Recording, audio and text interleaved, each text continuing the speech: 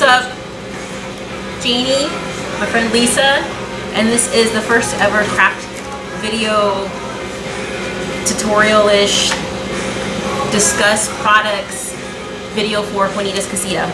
And so we're winging this. This is so winging. Where's my production assistant? Is that the title? We don't have a production crew or production assistant. I don't know. I might have to fire this person. He's not here today. We have a great tea shop, awesome lighting. Yes, today we're at Chacha's Tea on 13th Avenue and Grand. And I love it here. It's chill. They have great blended matcha. I post enough about it. If you haven't been here, please get over here and show Ashley and Maria and the rest of the crew some love, because they got a great product and a great place. And also Cookie Brokers is next door. If you haven't had their s'mores, it will, I don't know, it'll change your life. Change your life. It'll change your life. It'll change your life. So today we're going to discuss projects, types of projects, different types of art mediums. We're going to talk about the differences between high-end, low-end, and what does that really mean? And just projects, how we start them, how we don't finish them, and what they mean to us, and why we did them. So I'm going to start off first with the heavy hitter, and I'm gonna open it up, and I'm going to let Lisa take over. About maybe 2 years ago, Zen group. About 2 years ago, Lisa started Zen because I think she recognized we needed Zen in our lives, and she asked in the beginning, what do you want the Zen group or club to be about? And of course, me being the nerdy crafter, I'm like, I want to craft. That's what I want to do. And we did a hike. Lisa taught us a lot about your tribe, who's at your table, about, help me out here, like, I can't remember the words, like projecting, maybe? Mm-hmm. And just reflection. And we had a great time. And one of the days that we did crafting was vision boards. Now, I had a fight with my vision board, and I didn't want to do another vision board because I was still angry at the old vision board. So I did something called the Book of Visions instead. And I just went ahead and everybody did if you don't know what a vision board is, it's more like a giant poster board, and you put up pictures or corkboard. Yeah. That would maybe, you would list what your goals are, or your visions. And it's short-term, long-term goals. Yes. It's where you want to be in 1 month to a year to 5 years, but it's visual. So vision board is you would take pictures and things from magazines, words, things that speak to you, and will help remind you of your goal. And you can, it's a daily reminder of where you want to be in any given amount of time is really what it is. So lots of good stuff. Everybody, I remember one person's board. It was the first time I met her, and verbally she seemed to be having the most difficulty in making her board. She had never made one before, but she was enthused. I don't remember her name. She was your friend. Kimberly. She wanted that board. She was trying her hardest. And I remember I was digging through my bag of tricks, and I was like, try this, how about this piece? And she really wanted this board to work. And within a month's time, it was a little bit of time. Roughly 30 to 60 days, she got a new job and moved and is back in Southern California where she really wanted to be. Yes, that board was all about her plans, her goals, her vision, and man, that thing, it's like she lit a rocket under it and went off. So that day, I decided to do this board, and I just want to talk about materials really quick. I didn't know what I was doing. I'd never done one before, this type of thing, so I went ahead, and I love a good bargain. I'm known to spend money I spent a lot of money on certain things, and other things I bargain. So I had bought this mixed media book at Michael's, and I got it on clearance for like $4, I think. I don't know what the regular price was. It's a steal. They're not $4. But I paid $4 for it. I don't know if maybe it was, I don't know what was wrong with it. So I ended up buying a fat quarter at Joann's on sale or with coupon, and I covered it. I used ribbon that I already had on hand, and then I bought buttons, and I hot glued them on, and I covered it on both sides, kind of like a book cover, I guess, maybe. And then, so we decided to do this. Now, I had never done this before, and I really didn't know what I was doing, and so I went ahead and I wanted to, my husband and I, we can lead very hectic lifestyles, sometimes separate. So I had wanted to do something that was going to inspire or a goal of mine was for us to spend more time together. So I created this using a lot of Lisa's stamps. I don't think you can see it there, but there's some stamping going on, some for inks, and I used she had some sort of spray. I used that also, and I used some scissors, and I used some pictures of us being goofy because my husband's goofy, and just displaying good times. You know, after I did this, we actually did start spending more time together. It was kind of funny, but we made more time, we did more things, and we realized that we were really enjoying ourselves, and sometimes it's just hard to get away. But what I wanted to talk about was materials used: glitter, glitter washi tape, photos, some just embellishments. But I never went back to this. As you can see, it was the only item I did. So it's okay to start a project and to not see it through. But I want to show you, I want Lisa to show you some of hers. Hers are amazing. You want to talk about color? I remember one time she let us, during Zen, it was after Zen I think, in the evening, and she took us into her craft room, and she opened these books up, and the colors were like, pow. I was like mesmerized by the blues and the greens. I love the combo of blues and greens together. So I want her to show you what they can really look like, not like mine. I'm gonna try this and then I'm just gonna stick it in the closet somewhere. But she's got some really neat stuff. Okay, so I am a mixed media person. So if you can't tell, this is an old school Webster's Dictionary. I love it. And you can either, I rip these out, but this project I created for a friend and her new business. And it's a mix of old embellishments and things that look grimy and patina, and all done on, as you can see, a dictionary. And this is acrylics, by the way. I'm an acrylics freak. I have been my entire life before I even knew what they were and what they did. But this is, I don't know, probably 5 different techniques on this one particular book, including the tape, stamps. What else are we doing here? Ranger, that's the word I'll say. This is Ranger, and they do inks, right? Oh gosh, they do inks. They do all of these gears. They do everything top to bottom. A lot of their stuff is distressed, so it's meant to be that distressed look. And I obviously take it to another level because that doesn't look super distressed. I like color. But Ranger, if you haven't checked them out, you should. They've got a crazy amount of stuff, including. Janie's talking about color. You see yes, this? I love this. Like, you can't see the words on the page, but my goodness gracious, this is kind of like a psychedelic trip. And if you know me, you know I love color. So most of my stuff is like a psychedelic trip. There's stamping and there's some pen usage, and just this is all sprays and acrylics though from Ranger. That's most of my work. Stencils. Again, as you can see, texture. Right, I love texture. This one's got texture.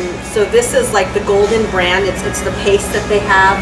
You can do all kinds of cool stuff with stencils. So you can't see it there, but all this stuff here that's popping out. This is all texture paste.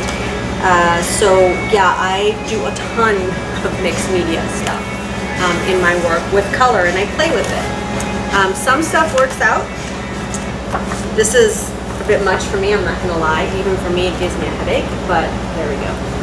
See, color on top of color. I test the bounds of color to see what's gonna run together, what's gonna work, what's not. Just trying to find another. This is a vintage, older one that I made for my husband's grandmother who passed away, so that's actually a picture of her. But as you can see, that's the old distressed look, and everything else is super bright and crazy because I mix in a little bit of that. But it's 99% Delusions, just I Am Readily, again from Ranger. See the crazy colors, the keyholes, textures, patterns. I do not draw. I would love to be able to draw, but this is all stenciling, 100% stencils. And let me see if I can find a non-finished. I just kind of played with texture and color, and then when I feel like it, I come back to these pages and I add words or whatever I'm feeling that day. See, so you can tell I can't draw flowers to save my life. I think it's pretty. I like the glitter. And if you would feel this, it's like heavily textured, the whole thing, right? So that's really my big. This was a love letter to somebody who passed away, my aunt. You see that's vintage as well, but it's all textures. It's punches and flowers and a little bit of everything great and good. So yeah, I do a ton of mixed media, and I love art journals because they're these wonderful little books that you just kind of close, save, and you can go back to them in a year. In 2 years, you can finish them, you can not finish them. And there's a big work surface. Yes, You've got which a is lot, what I like. a lot of work surface there.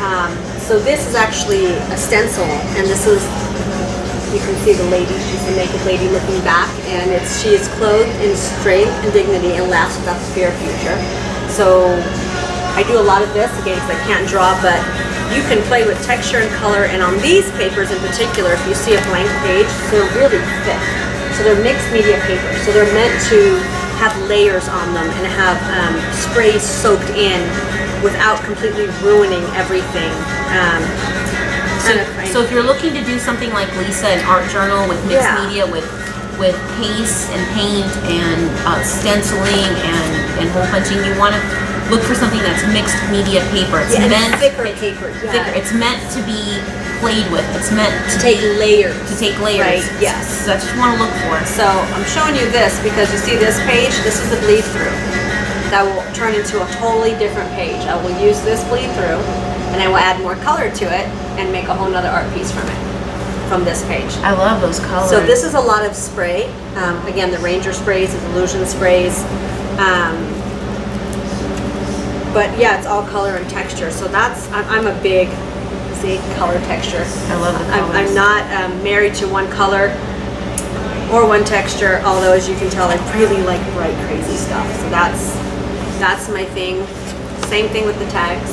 This is the same type of paper. They're literally called tags. I've actually bought them on Oriental Trading. So some of these are actually tags like for shipping and stuff, but they're really heavy and thick. Oh, gotcha. Okay. So if you buy it at Michael's and everywhere else, and they're the crafting tags, are a lot more money. But if you see this, again, that's acrylics with some of, what are they called? The white pens are just the white that I trace over, right? Same thing, look. This is all tags. Oh, I love the color. So when I get bored and I want to do small projects, I do this. If I'm giving them away, I finish the back, but I've done these into cards. I've done these into gift card holders. People actually use these for reading, the smaller ones that I have. And a lot of these are stamps, or as you can see, I'm a clean crafter, stencils. This is all just, a lot of this is all stencil work. That one's stencil work. That one was made for somebody's daughter who passed away. She was a dancer. And again, this is the same kind of paper, as you can see. All the same, different patterns, textures. Now, do they sell this mixed media paper Yep. loose? Yep. Like a ream or a pack or? A pack, a smaller pack. You can get it online for, less, for a 50 pack. Sometimes you can do a 20 pack. And you probably can't tell on camera. Some are thinner and some are thicker. So this one, you can see this one is really pretty thick. So it all depends on what you're putting on it. You see this back mess? So I can create something out of it, but this one I'm not going to because I don't need the back. But if you're doing a journal, you would. And again, it's all texture, layers. This is, probably 5 to 6 layers. It starts out with, your dripping layer, then you do your water, and then you start doing your stamps and your tracing, and then you come back with your texture paste. I mean, this is And how much layers. time do you need in between each layer? I mean, to dry, Well, does it matter?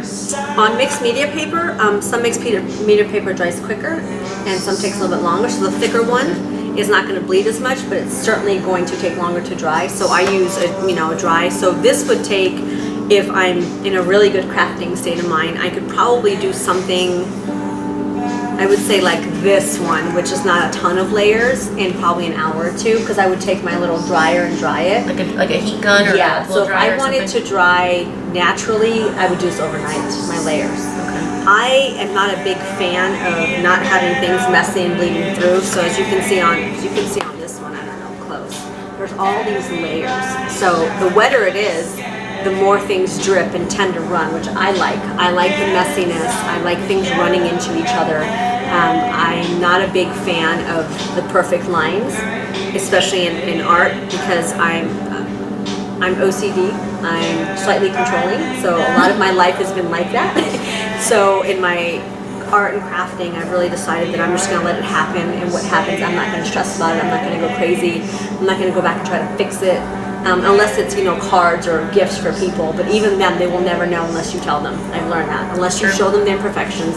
So I've learned to like the messy layers, and work with the mistakes, because those tend to be my best projects, is my mistakes. I do cards and stuff like that. I don't do all this, it's harder.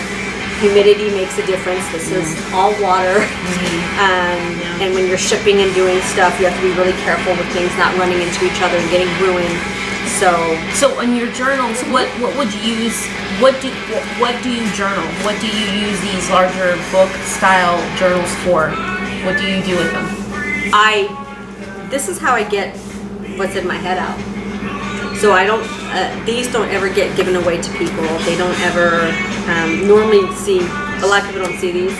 So when I am frustrated or angry or hurt or happy or have something to say that I don't want to say to a person, instead of writing it in a journal, this is what I do with my art journal. So it's like an art diary. Just like my private thoughts in color. Sometimes I'm super, loud and crazy and uniform, and other times I want it messy and ugly because I'm trying to get something out. And sometimes, you see this, I'm a flower person, and flowers make me happy, so when I'm having a moment, I'm going to go through with all these pretty colors and flowers and put something beautiful on paper that kind of helps bring me down from all the crazy in my head. That's really, I don't... It's beautiful. I love the Thank shimmer. you. But I don't normally, these aren't normally for public to critique or to look at. They're just whatever's going on in me is what I put on paper. Crafting doesn't have to always be about gifts. I know a lot of Yes. people like to make crafts to give. Yes. I like to do that, but there's sometimes I just want to craft to try something out, and Lisa likes to do it for her own personal, some people like to write in a journal, Yep. old school diary. She likes to be more of a visual, hands-on, color. I'm gonna art this out. It's a way of, some people use it as therapy. Yes. So, you don't always have to make a craft to give, holidays, whatever, or a present. You can use it for other things too. Crafting, art, you call it whatever you want. People use it for different things. There's color therapy, there's Yes. art therapy. Sometimes people just like making stuff for other people because it feels good. It feels good to make and to give, because what you make is from your heart.